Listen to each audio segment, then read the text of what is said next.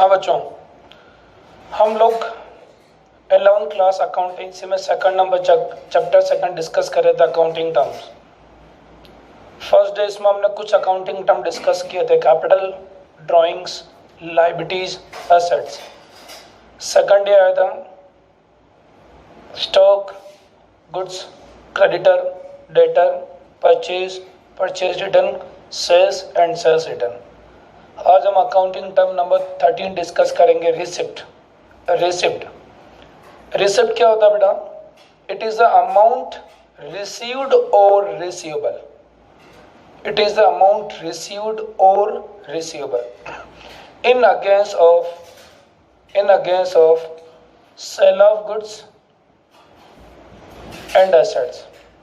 ये कहना चाह रहा है कि हमने गुड्स को सेल किया है या एसेट्स को सेल किया, गुड्स को सेल किया या एसेट्स को सेल किया, इसके बदले में जो अमाउंट आपको मिल चुका है या जो अमाउंट आपको मिलेगा।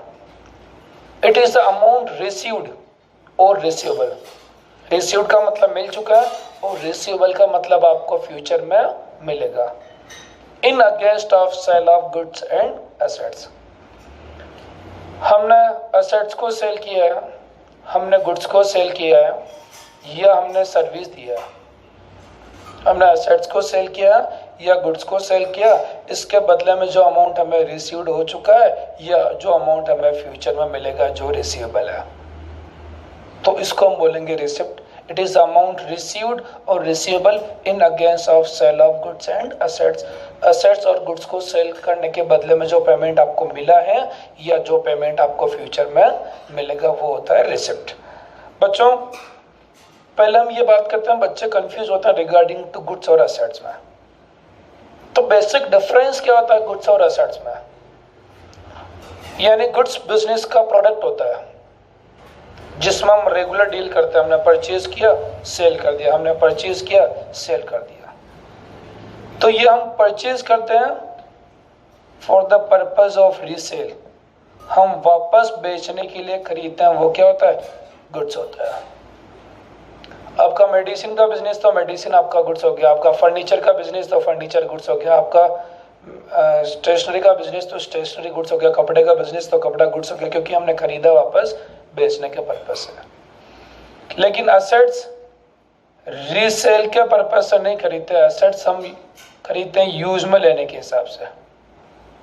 आपने बिल्डिंग खरीदा, मशीन खरीदा, फर्नीचर खरीदा, इक्विपमेंट परचेज किए, क्योंकि आपको बेचना नहीं है, आपको यूज में लेना है। तो बेटा एसेट्स खरीदते हैं यूज में लेने के लिए और गुड्स खरीदते हैं रीसेल करने के पर्पस से। अगर आपका फर्नीचर का बिजनेस है तो आप फर्नीचर सेल करना चाहते हैं तो वो गुड्स हो गया। अगर आपके फर्नीचर के अलावा अदर बिजनेस है, अदर बिजनेस में फर्नीचर खरीदते हो, जैसे आपका मेडिकल का बिजनेस है तो आपने फर्नीचर खरीदा वहाँ पे, तो वहाँ फर्नीचर क्या हो गया? एसेट्स, क्योंकि वहाँ फर्नीचर का हम यूज में ले रहा है। सपोज करो काफ़ी लोग होते हैं, जैसे जनरली नॉर्मल बिजनेस में बात करते हैं, हमारी बिल्डिंग क्या होती है? एसेट्स होती है। नॉर्मल बिजनेस में हमारा जो नॉर्मल बिजनेस होता है उसमें हमारी बिल्डिंग क्या होती है? एसेट्स होती है, क्योंकि हमने बिल्डिंग खरीदा बिजनेस के लिए यूज में लेने के लिए। लेकिन जिनका रियल एस्टेट का काम, जिनका प्रॉपर्टी का काम है, वो लोग काफ़ी बार बिल्डिंग खरीदते हैं क्योंकि उनको वापस बेचनी है। बिल्डिंग बनाया क्योंकि उन कंस्ट्रक्शन करवाया क्योंकि उनको आगे सेल करना। तो अगर ऐसे लोग जिनका काम है बिल्डिंग कंस्ट्रक्शन करवाना, बिल्डिंग खरीदना, उसको वापस बेचना है, तो वहाँ बिल्डिंग क्या हो जाएगा? गुड्स हो जाएगा। तो एक नॉर्मल बिजनेस में तो बिल्डिंग खरीदा क्योंकि उसको यूज में लेना तो एसेट्स है, लेकिन रियल एस्टेट वालों के लिए बिल्डिंग क्या हो सकती है? गुड्स, क्योंकि उनको क्या करना है? रीसेल करना है। तो गुड्स का मतलब रीसेल करना होना चाहिए और एसेट्स का मतलब आपको यूज में लेना है। तो building, machine, furniture, computer, laptop, यानी ये सारे इक्विपमेंट्स, ये हमारे लिए क्या हो गई? एसेट्स हो गए, क्योंकि हमने इनको यूज में लेने के लिए परचेज किया। हमारा टारगेट या रीसेल करना नहीं है। डेफिनेटली जब ये सारी चीज़ें पुरानी हो जाएगी, यूजलेस होगी, तब हम उसको रीसेल करेंगे, बट हमारा ऑब्जेक्ट रीसेल करना नहीं है। गुड्स जिसका हमारा ऑब्जेक्ट ही रीसेल करना होता है। अब बच्चों अगर आपने एसेट्स को सेल किया तो एसेट्स को सेल करने से जो अमाउंट मिलेगा, एसेट जो ये सारी जो भी सारी एसेट्स है, इन एसेट्स को अगर आपने सेल किया और एसेट्स को सेल करने से जो अमाउंट मिलेगा उसका नाम होगा हमारा कैपिटल रिसिप्ट। हमारा पॉइंट था रिसिप्ट। अब मैं रिसिप्ट को डिवाइड कर रहा हूँ कि अगर हमने एसेट्स को सेल किया, एसेट्स को सेल करने से जो अमाउंट मिलेगा उसका नाम होगा हमारा कैपिटल रिसिप्ट। क्या नाम होगा? Capital receipt. और अगर हमने गुड्स को सेल किया तो गुड्स को सेल करने से जो अमाउंट मिलेगा, गुड्स को सेल करेंगे और गुड्स को सेल करने से जो अमाउंट मिलेगा उसका नाम होगा रेवेन्यू रिसिप्ट। यानी रिसिप्ट के बाद मैं दो रिसिप्ट पढ़ाना चाह रहा हूँ आपको, एक तो हो गया रेवेन्यू रिसिप्ट और एक हो गया कैपिटल रिसिप्ट। अगर हम गुड्स को सेल करेंगे तो गुड्स को सेल करने से जो अमाउंट मिलेगा उसका नाम होगा रेवेन्यू रिसिप्ट। अगर हम एसेट्स को सेल करेंगे, एसेट्स को सेल करने से जो अमाउंट होगा उसका नाम होगा कैपिटल रिसिप्ट होता है।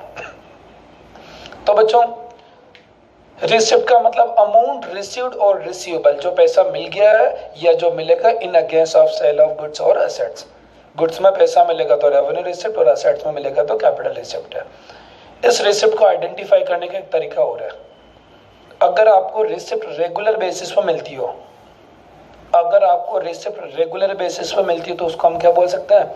Revenue receipt. जैसे गुड्स को खरीदना और बेचना, गुड्स को सेल करना हमारा रेगुलर काम है, हमारा रेगुलर काम है, तो इसकी जो रिसिप्ट आएगी उसका नाम क्या होगा? Revenue receipt. Exactly revenue receipt का मतलब ये होता है कि it is the amount received or receivable in the normal course of business like sale of goods.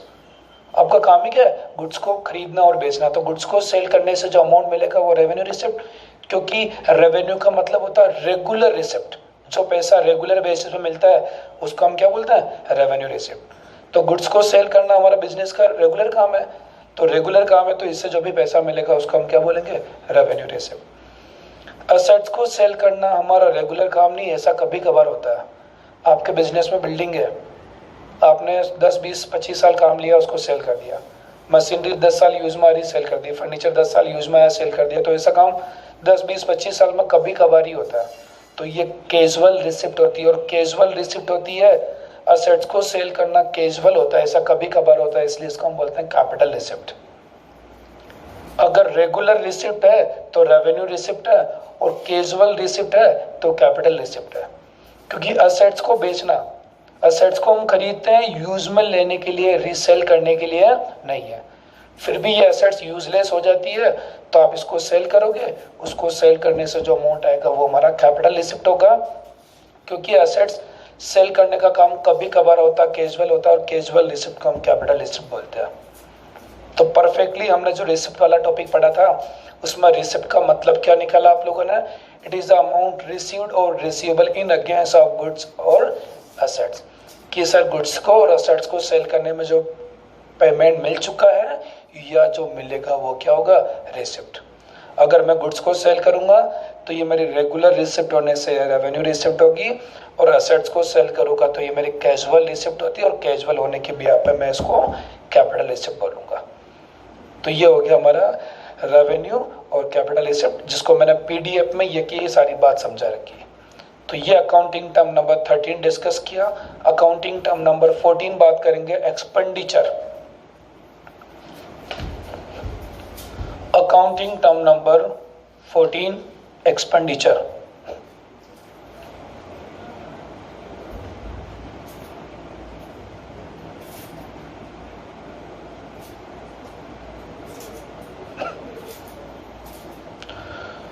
बच्चों, एक्सपेंडिचर की अगर हम लोग बात करें कि एक्सपेंडिचर क्या होता है तो सुनना बच्चों। इट इज अ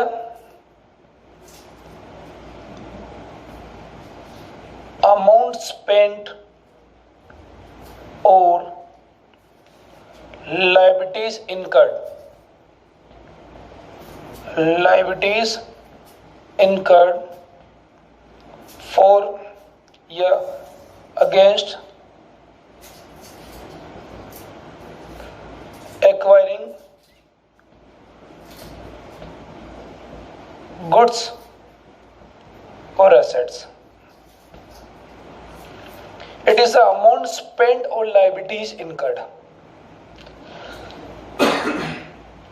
इसने बोला कि एक्सपेंडिचर का मतलब अमाउंट स्पेंड, यानी मैंने पैसा लगा दिया, पैसा खर्च कर दिया है, या लायबिलिटीज इनकर्ड। लायबिलिटीज इनकर्ड का मतलब लायबिलिटीज बन गई है, तो ये बोला इट इज अमाउंट स्पेंड, यूं बोल दो पैसा खर्च कर दिया, पैसा लगा दिया है, या पैसा लगाना। अमाउंट स्पेंड और पेबल, लायबिलिटीज का मतलब क्या था, पेबल होता है। तो या तो आपने पैसा लगा दिया है या पैसा अब आपको लगाना है, क्योंकि रिसिप्ट में बात किया था रिसीवेबल, रिसीव्ड और रिसीवेबल। वैसे यहाँ हो गया पेड और पेबल। एक्सपेंसेस हमने पेड कर दिया है, यानी खर्चा हमने कर दिया है, या हमें खर्चा करना है। एक्सपेंसेस मतलब अमाउंट पेड और पेबल दोनों चीज हो गया। इसलिए इन्होंने अकाउंट्स के लैंग्वेज में अरेंज किया, इट इज अमाउंट स्पेंड और लायबिलिटीज इनकर्ड, यानी अमाउंट स्पेंड कर दिया है या अमाउंट स्पेंड अब आपको करना हो गया, पेबल हो गया तो liabilities. In against of purchase of goods और एसेट्स, गुड्स को खरीदने के लिए, एसेट्स को खरीदने के लिए जो पैसा आप लगा चुके हो या जो पैसा आपको लगाना होगा, ये हमारा कंसिडर होता है, एक्सपेंडिचर में आता है। इट इज अमाउंट स्पेंड और liabilities incurred in against of acquiring of goods and assets. अगर हम लोग बात करें तो बच्चों, एसेट्स के लिए जो अमाउंट स्पेंड करेंगे वो हमारा कैपिटल एक्सपेंडिचर होगा। बिल्डिंग, मशीन, फर्नीचर, प्लांट, इनको खरीदने में जो पैसा लगाएंगे वो हमारा कैपिटल एक्सपेंडिचर होगा, और गुड्स को खरीदने में जो पैसा लगाएंगे हम रेवेन्यू एक्सपेंडिचर होगा, जिसको मैं आपको डिटेल से समझाता हूँ। हम एक्सपेंसेस को 3 पार्ट में डिवाइड करेंगे। सबसे पहले हम बात करेंगे capital expenditure. Capital expenditure,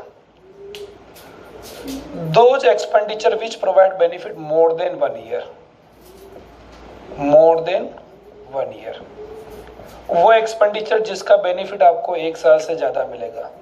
those expenditure which provide benefit more than 1 year, वो एक्सपेंडिचर जिसका बेनिफिट आपको 1 साल से ज्यादा मिलेगा। आप बिल्डिंग खरीदो, मशीन खरीदो, फर्नीचर खरीदो, इक्विपमेंट परचेज करो, लैपटॉप परचेज करो, इनकी लाइफ क्या होती है, 1 साल से ज़्यादा होती है। तो ये जो भी अमाउंट हो गया, ये क्या हो गया, कैपिटल एक्सपेंडिचर। यानी यूं बोल सकते हो acquiring assets, acquiring assets, assets को खरीदने में जो भी अमाउंट आप लगाओगे, एसेट्स को खरीदने में या एग्जिस्टिंग एसेट्स के इम्प्रूवमेंट में लगाओगे। यानी जैसे आपने बिल्डिंग खरीदा तो इसकी लाइफ 1 साल से ज़्यादा है तो कैपिटल एक्सपेंडिचर है। आपके पास बिल्डिंग है लेकिन आपने उसका इम्प्रूवमेंट कराया, यानी कुछ पार्ट का और कंस्ट्रक्शन कराया, तो उस असेट्स में, उस बिल्डिंग में इम्प्रूवमेंट आ गया, तो वो भी क्या हो गया, कैपिटल एक्सपेंडिचर हो गया। तो कैपिटल एक्सपेंडिचर मतलब वो एक्सपेंडिचर जिसका बेनिफिट 1 साल से ज़्यादा मिलता हो, या यूँ बोलते हम असेट्स को परचेज करने के लिए या एग्जिस्टिंग असेट्स में इम्प्रूवमेंट करवाते हैं, तो वो कैपिटल एक्सपेंडिचर होता है। ऐसा भी बोल सकते हैं इसका नेचर क्या होता है बेटा, कैजुअल नेचर होता है, नेचर से कैजुअल होता है, ऐसा कभी कभार होता है। बिल्डिंग खरीदना, मशीन खरीदना, फर्नीचर खरीदना, इक्विपमेंट परचेज करना बिजनेस में जनरली नहीं होगा।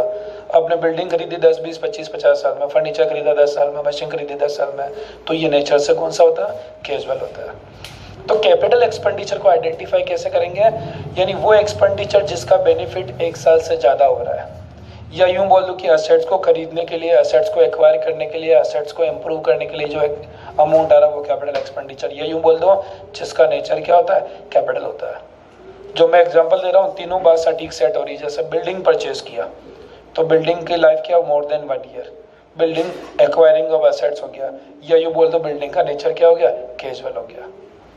तो इस कैपिटल एक्सपेंडिचर का परफेक्ट एग्जांपल होगा land, building, machine, furniture, plant, equipments, laptop, computers, ये सारी चीज़ें क्या होगी, कैपिटल एक्सपेंडिचर होगा, क्योंकि उसका बेनिफिट 1 साल से ज़्यादा होता है, वो असेट्स को एक्वायर करने की या उसमें इम्प्रूवमेंट में आता है, या उसका नेचर कैजुअल होता है।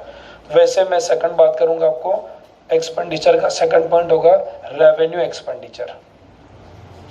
Revenue expenditure, those expenditure which provide benefit only one year, benefits for 1 year, वो एक्सपेंडिचर जिसका बेनिफिट आपको ओनली 1 साल मिलेगा, जो बिजनेस को रन करने में काम आता है, बिजनेस को रन करने में काम आता है, जो रेगुलर नेचर का होता है, जो रेगुलर नेचर का होता है, ये रेवेन्यू का है। लाइक मैं आपको एग्जांपल देता हूँ, आपको तीनों चीज़ें क्लियर हो जाएगी। सबसे पहले तो उसमें 3 कंटेंट होता है। बेनिफिट्स फॉर 1 ईयर, जिसका बेनिफिट साल भर ही मिलेगा, वो बिजनेस को रन करने के लिए काम आता है और रेगुलर नेचर का होता है। जैसे मैं आपको एग्जांपल देता हूँ, हमने सैलरी पेड किया, रेंट पेड किया, इलेक्ट्रिसिटी का पेमेंट किया, टेलीफोन का पेमेंट किया, एडवर्टाइजमेंट का पेमेंट किया। तो आपने रेंट का पेमेंट किया, उस रेंट का बेनिफिट क्या होगा? 1 महीने, 1 साल से ज़्यादा रेंट का बेनिफिट नहीं मिलेगा। सैलरी पेड किया एम्प्लॉय को, महीने भर का सैलरी पेड किया तो इसका बेनिफिट 1 ईयर हो गया। सैलरी पेड किया, रेंट पेड किया, टेलीफोन पेड किया तो बिजनेस को रन करने में काम आ रहा है, और ये रेगुलर बेसिस पर होता है। सैलरी आपको हर महीने देनी, रेंट आपको हर महीने देना, इलेक्ट्रिसिटी का पेमेंट करना, टेलीफोन का पेमेंट करना, एडवर्टाइजमेंट का पेमेंट करना, ये सारी चीज़ें ऐसी होती है जिसका बेनिफिट ओनली 1 ईयर मिलता है। ये बिजनेस को रन करने में काम आता है और ये रेगुलर बेसिस पर होता है, इसीलिए इसको हम क्या बोलते हैं? रेवेन्यू एक्सपेंडिचर होता है। एक थर्ड और है डेफर्ड रेवेन्यू, जिसको मैं समझाऊंगा। फिलहाल मैं बात कर रहा हूँ कि एक्सपेंडिचर क्या होता है। तो it is the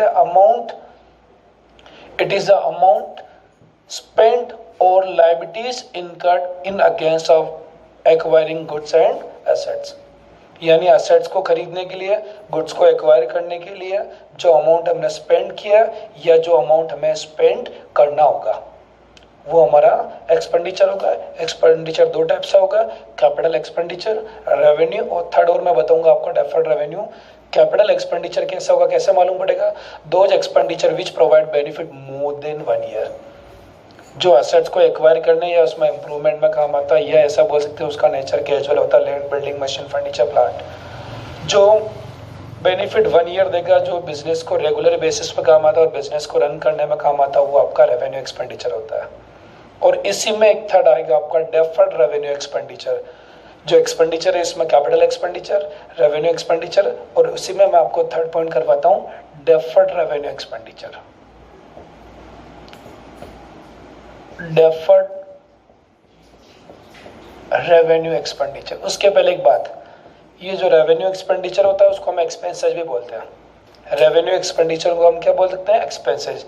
salary, rent, telephone, electricity, ये सब हमारा एक्सपेंसेस होता है, तो revenue expenditure is known as expenses बोलते हैं इनको। और कैपिटल एक्सपेंडिचर को हम एक्सपेंडिचर बोलते हैं। कैपिटल एक्सपेंडिचर तो एक्सपेंडिचर होता है और रेवेन्यू एक्सपेंडिचर एक्सपेंसेस होता है। अब हम फर्स्ट हो गया कैपिटल, सेकंड हो गया रेवेन्यू, और थर्ड पढ़ेंगे डेफर्ड रेवेन्यू। तो those revenue expenditure, deferred revenue की डेफिनेशन करा रहा हूँ मैं आपको। Those revenue expenditure which provide benefits more than 1 year, वो रेवेन्यू एक्सपेंडिचर जिसका बेनिफिट आपको 1 साल से ज़्यादा मिलता है। परफेक्टली समझना बेटा आप इसको।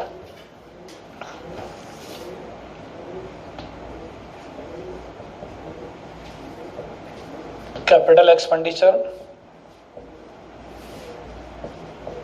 रेवेन्यू एक्सपेंडिचर, और थर्ड हो गया आपका डेफर्ड रेवेन्यू एक्सपेंडिचर।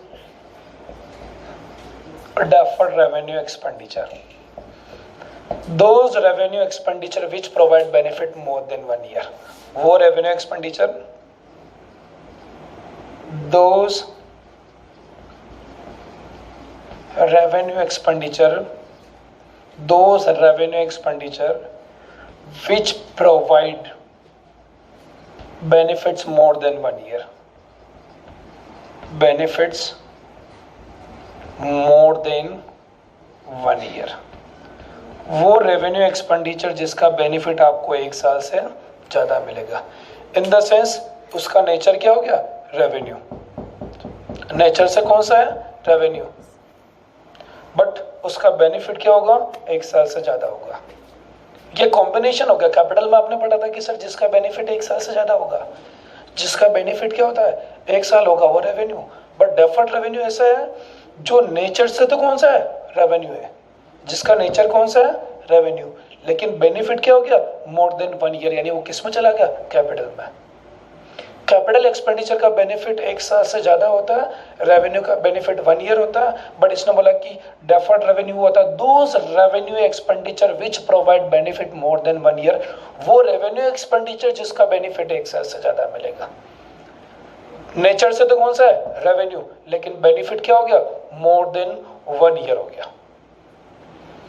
मतलब ये दोनों का एक कॉम्बिनेशन हो गया एक तरह से कि जिस जो नेचर से तो रेवेन्यू, लेकिन बेनिफिट क्या हो गया मोर देन 1 ईयर, तो उसको हम बोलेंगे डेफर्ड रेवेन्यू एक्सपेंडिचर। जैसे मैं परफेक्टली एग्जांपल लेके आपको समझाता हूँ। एडवर्टाइजमेंट, हम लोग एडवर्टाइजमेंट को रेवेन्यू मानते हैं क्योंकि आपने कोई एडवर्टाइजमेंट किया तो उसका बेनिफिट क्या मिलेगा आपको। पेपर में डाला तो एक दिन बेनिफिट हो रहा है, या कोई भी एडवर्टाइजमेंट डाला तो 1 महीने 2 महीने 4 महीने 6 महीने से ज़्यादा बेनिफिट अपने को मिलता नहीं है। तो एडवर्टाइजमेंट का बेनिफिट आपको 1 ईयर मिलता है तो एडवर्टाइजमेंट रेवेन्यू होता है। बट अब इसने बोला कि अगर आपने एडवर्टाइजमेंट किया और एडवर्टाइजमेंट लार्ज स्केल पे किया, आपने बोला कि खूब लेवल का ऐड करो, तो आपने एड में एडवर्टाइजमेंट में 5 करोड़ रुपए लगा दिया। अब एडवर्टाइजमेंट का नेचर तो क्या है रेवेन्यू, लेकिन आपने एडवर्टाइजमेंट में एक ह्यूज अमाउंट लगा दिया, बड़ा अमाउंट लगा दिया। आपने बोला कि इस लेवल से आपने ऐड किया कि उसका बेनिफिट क्या हो गया 1 साल से ज़्यादा हो गया। तो एडवर्टाइजमेंट रेवेन्यू है, बट आपने जिस लेवल पे ऐड किया उसका बेनिफिट क्या होगा आपको 1 साल से ज़्यादा मिलेगा। तो ये एडवर्टाइजमेंट क्या बन जाएगा डेफर्ड रेवेन्यू। यानी इसका परफेक्ट एग्जांपल होता है हैवी एडवर्टाइजमेंट।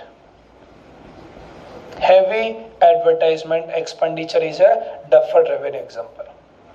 हम बात करते हैं अपने एडवर्टाइजमेंट में 5 करोड़ रुपए लगा दिए, एडवर्टाइजमेंट में आपने 5 करोड़ रुपए लगा दिए, एडवर्टाइजमेंट में आप लोगों ने 5 करोड़ रुपए लगा दिए। अब आपका यहाँ इंटेंशन एडवर्टाइजमेंट का